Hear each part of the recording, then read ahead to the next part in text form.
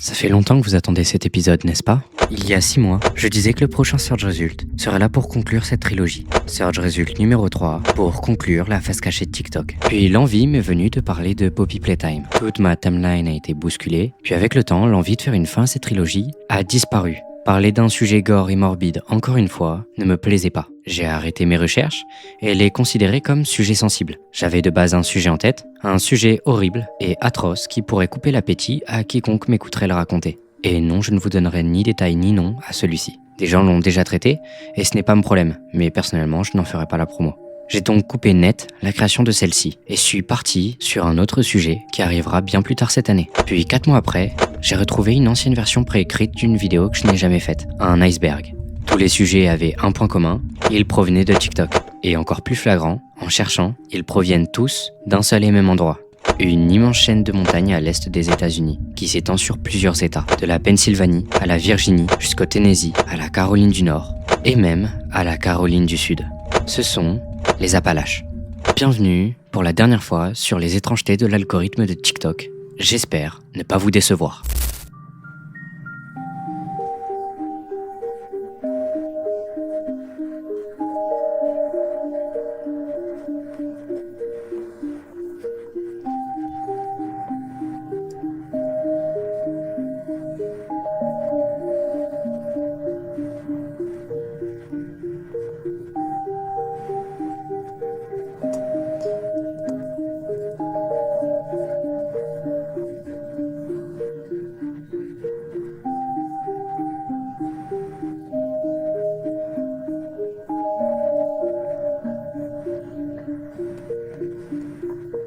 Bon, cette vidéo sera différente, un peu décousue, un peu plus personnelle.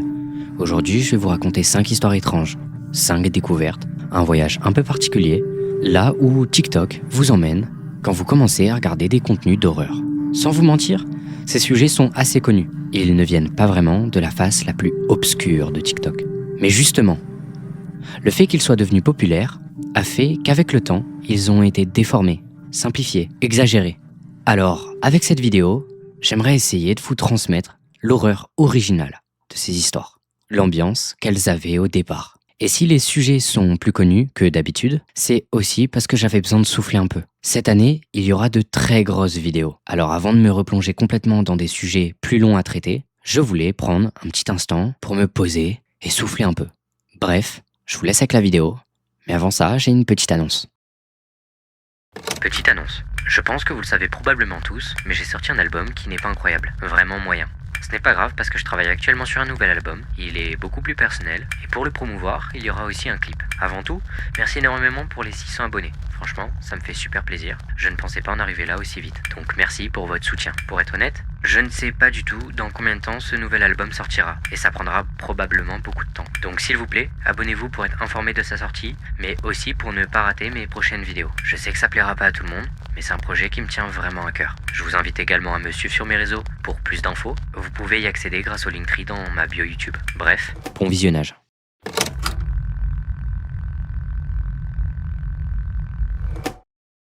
Imagine que tu vives dans une chaîne de montagnes, les Appalaches. Tes parents te l'ont toujours répété, on n'ouvre pas un inconnu. Mais toi, tu es encore enfant et naïf. Cet après-midi-là, ils ne sont pas là. Dehors, la pluie tombe si fort qu'on dirait que le ciel s'effondre sur la forêt. Tu es affalé sur le canapé, un chocolat chaud entre les mains. Tu regardes les gouttes glisser sur la vitre lors des pubs télévisées. Tu t'ennuies un peu, puis un bruit, pas à la porte, à la fenêtre.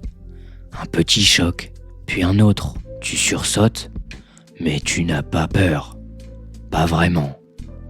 Tu t'approches, et ce n'est qu'un chat, trempé, minuscule. Il ne miaule pas, il te regarde.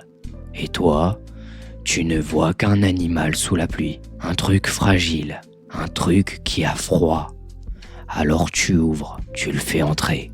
Tu prends une serviette trop grande pour lui. Tu le frottes maladroitement et tu souris presque. Tu sais que tes parents vont te gronder, mais ce n'est pas grave, parce que dans ta tête, tu viens de faire une bonne action. Tu viens d'aider, et puis tu te dis qu'il doit avoir faim. Évidemment qu'il a faim. Il était sous la pluie. Alors tu vas à la cuisine, tu y ouvres le frigo. L'odeur te pique le nez. Un reste de viande oublié. Une barquette gonflée par la fermentation. Un morceau de quelque chose qui commence à verdir. Tu ne prends même pas le temps de jeter ce qui est en train de pourrir. Parce que tu n'y penses pas. Parce que tu es concentré sur une seule chose. Nourrir le chat.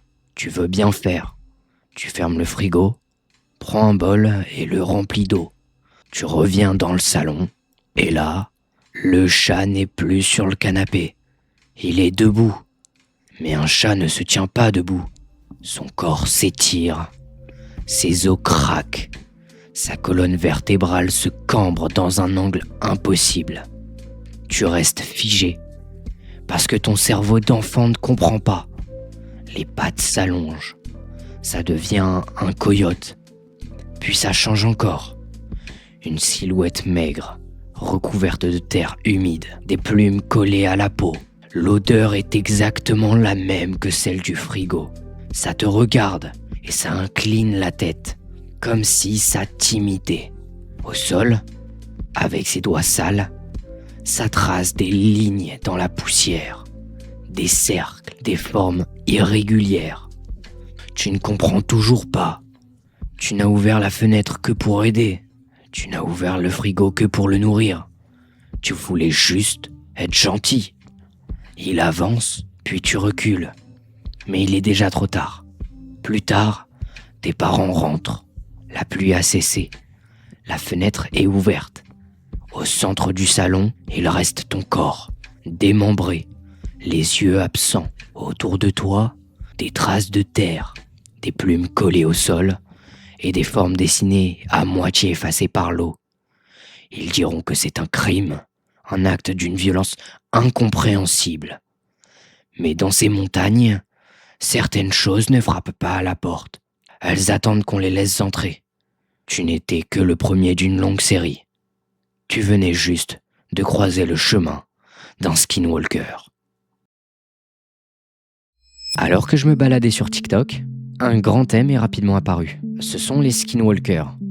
Je viens tout juste de vous raconter une histoire digne de celle que l'on se raconte près d'un feu de camp. Même s'il est vrai que j'ai accentué les traits, c'est ce que l'on peut comprendre des skinwalkers avec la page Wikipédia. J'ai un peu inventé, ce n'est pas réellement écrit que les skinwalkers volent les yeux, mais ce n'est pas impossible. Sauf que TikTok, avec le temps, a détruit cette ambiance que je viens de vous faire vivre. Et pour vous le prouver, je vais vous refaire une petite histoire, mais avec ce que TikTok nous laisse entendre. J'avoue, il y a des risques que la version TikTok ait un peu de mauvaise foi dans son écriture, mais ce n'est pas grave. Imaginez que vous ayez un petit chien.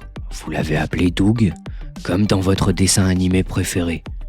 Vous vivez seul dans un chalet isolé au cœur des Appalaches. Un soir, vous rentrez du travail. La lumière est allumée. Vous êtes certain de l'avoir éteinte.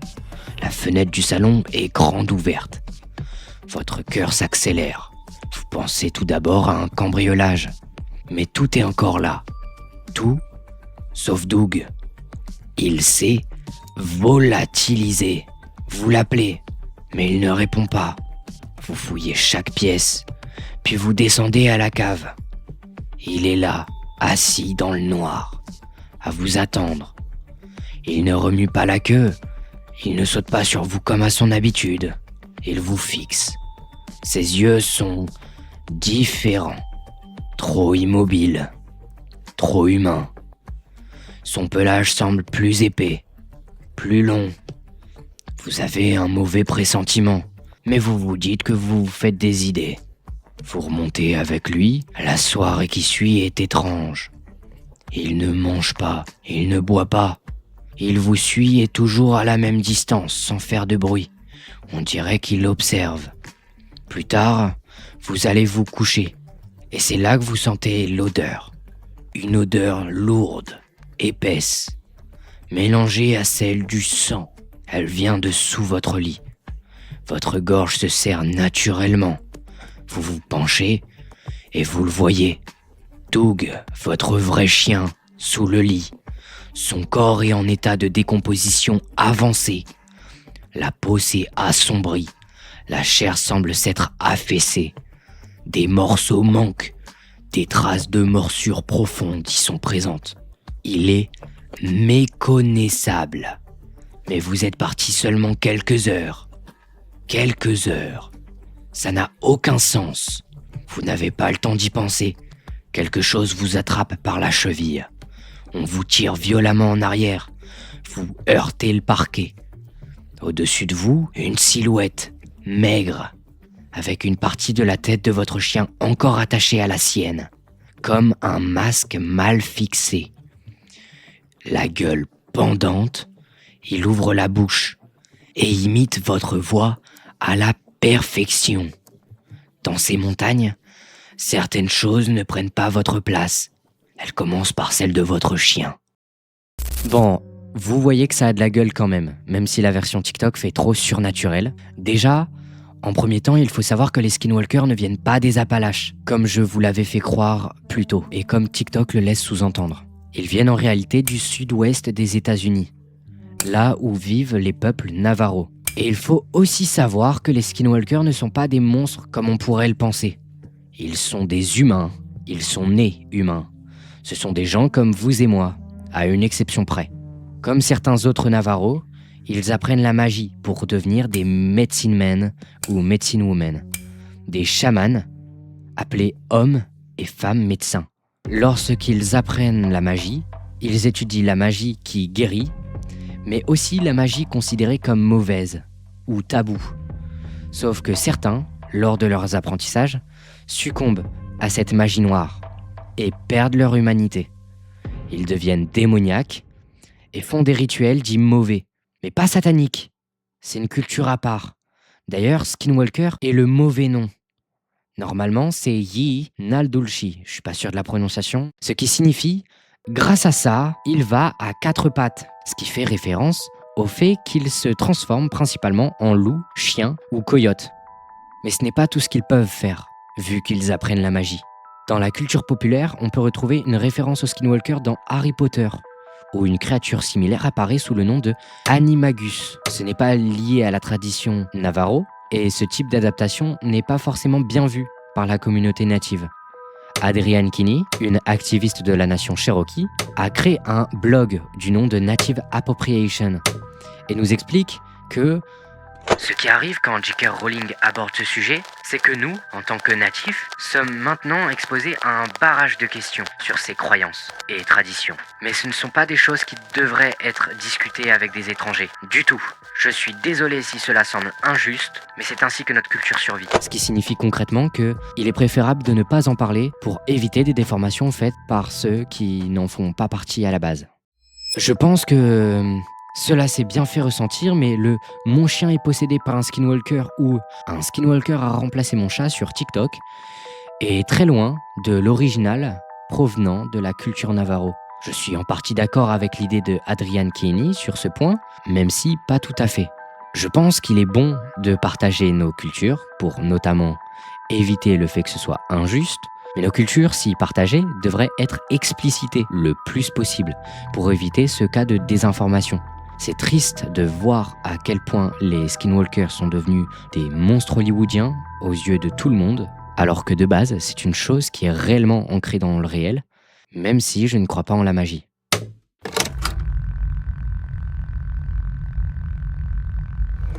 Au contraire de la première partie, étonnamment, cette légende n'a pas vraiment été beaucoup changée depuis son arrivée sur TikTok. Cette histoire est beaucoup plus ancrée dans le réel. Vous allez voir, cette histoire est perturbante. Celle-ci se passe cette fois très proche des Appalaches. Pour les premiers témoignages, à Gallipolis, qui est adjacent à celle-ci. Tout commence en novembre 1966, lorsque plusieurs habitants rapportent avoir vu une silhouette humanoïde gigantesque, dotée d'ailes immenses et surtout de deux yeux rouges flamboyants. Rapidement, les témoignages s'enchaînent. Automobilistes, couples, ouvriers, chacun décrit une présence similaire, souvent surgissant dans la nuit ou planant silencieusement au-dessus de la route. Ces apparitions se poursuivent jusqu'au 15 décembre 1967, date à laquelle se produit l'effondrement tragique du Silver Bridge, un pont reliant Point Pleasant à Gallipolis. Après ce drame, les observations deviennent soudain beaucoup plus rares, comme si la créature avait disparu avec l'événement. Dans les années 1970, l'ufologue John Keel compile ses témoignages dans son ouvrage devenu culte, The Mothman Prophecy, en français, la prophétie des ombres. Il y développe une théorie surprenante. Selon lui, l'homme papillon ne serait pas un simple animal inconnu, mais une entité venue d'ailleurs, dont la mission serait d'avertir les humains d'une catastrophe imminente. Par la suite, d'autres auteurs comme Jeff Wamsley ou Andy Colvin représentent le phénomène et l'élargissent à une vision plus globale. Selon eux, le Mothman ne serait qu'une version occidentale d'un être présent dans de nombreuses cultures. Les Garudas asiatiques, les oiseaux tonnerres amérindiens, ou même certaines apparitions mariales ou observations d'ovnis. Ils affirment que des créatures similaires auraient été signalées en Chine, en URSS, au Chili, en Géorgie et dans plusieurs régions du Moyen-Orient. Certains récits remontent même au début du XIXe siècle. La répétition de ces témoignages, parfois venus de pays n'ayant aucun lien culturel entre eux, intrigue encore aujourd'hui et rend difficile toute explication rationnelle, même si, encore aujourd'hui, Point Plaisant entretient la légende. Un festival lui est dédié chaque année et une statue imposante du Mothman trône en plein centre-ville. Mythe, spéculation ou avertissement d'un autre monde, le mystère reste entier, même si j'ai déjà mon avis sur la question. Sincèrement, cette histoire s'est vraiment pas fait changer par TikTok, ou du moins pas beaucoup. Et ça me fait plaisir de voir que la légende continue un peu. Même si j'avoue que les dires de certaines personnes sur le fait qu'on pourrait voir le Mothman sur des photos du 11 septembre 2001 me gênent un peu. Je trouve ça extrêmement déplacé, surtout pour une catastrophe de ce genre. Bon, au début de cette vidéo, je vous ai dit qu'il y allait avoir 5 sujets. C'est vrai, il y aura 5 sujets. Mais cette vidéo a pris plus de temps que prévu. Elle prend plus de travail que prévu aussi. On n'est qu'à 2 sujets. Dans les prochains jours, vous devrez avoir le volume 3 de la face cachée de TikTok, seconde partie. J'ai décidé donc de le diviser en 2. La deuxième partie arrive bientôt dans les prochains jours, d'ici 2 semaines grand max. Et vous aurez les derniers sujets plus une conclusion à cette vidéo. J'espère quand même que cette vidéo vous a plu, et je sais que c'est un peu chiant de ne pas avoir une conclusion et une fin à cette vidéo. C'est pour ça que je vous invite à vous abonner, à liker pour référencer la vidéo. Je sais qu'il y a des points de boost également. Certaines personnes peuvent booster des vidéos. Si vous pouvez booster la mienne, s'il vous plaît, faites-le. J'espère vraiment que ça vous a plu. N'hésitez pas à mettre un retour en commentaire. Je suis désolé que vous n'ayez pas le volume 3 d'un coup entier là tout de suite. Je ne peux physiquement pas le faire. C'est trop compliqué. Vous allez voir, les prochains sujets sont très intéressants, surtout le premier du prochain épisode. C'est quelque chose de très connu. Ça va vous plaire. Bref, c'était Dream Up. Merci d'avoir regardé ce Search Result. On se retrouve au Search Result numéro 6 pour terminer une bonne fois pour toutes la face cachée de TikTok.